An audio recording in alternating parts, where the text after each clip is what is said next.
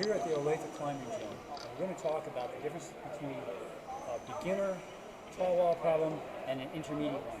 And the very lowest grade is just like a ladder. This is at the top end of what we call the basic. And if you notice, these are pretty juggy, big. The ones that are lower grade are even bigger jugs. But you see these are pretty close together. You have to shift your weight a little bit, but there's not a lot of problem solving. So now we come over to the 510, which is getting into the intermediate about almost to the middle level. Now with this, we still have some big holes, but if you look going up the wall, they start to spread out. You have tiny toe holes, some big moves, and in some places you have to lean way over. You're going to use advanced techniques on this, even though it's an intermediate problem.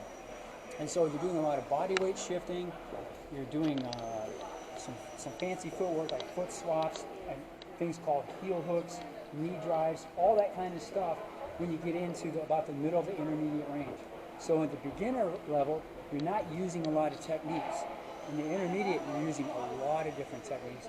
We don't have a lot in climbing, but at the intermediate level, you're using all of them to develop them. So the 510 is significantly harder than 5.8.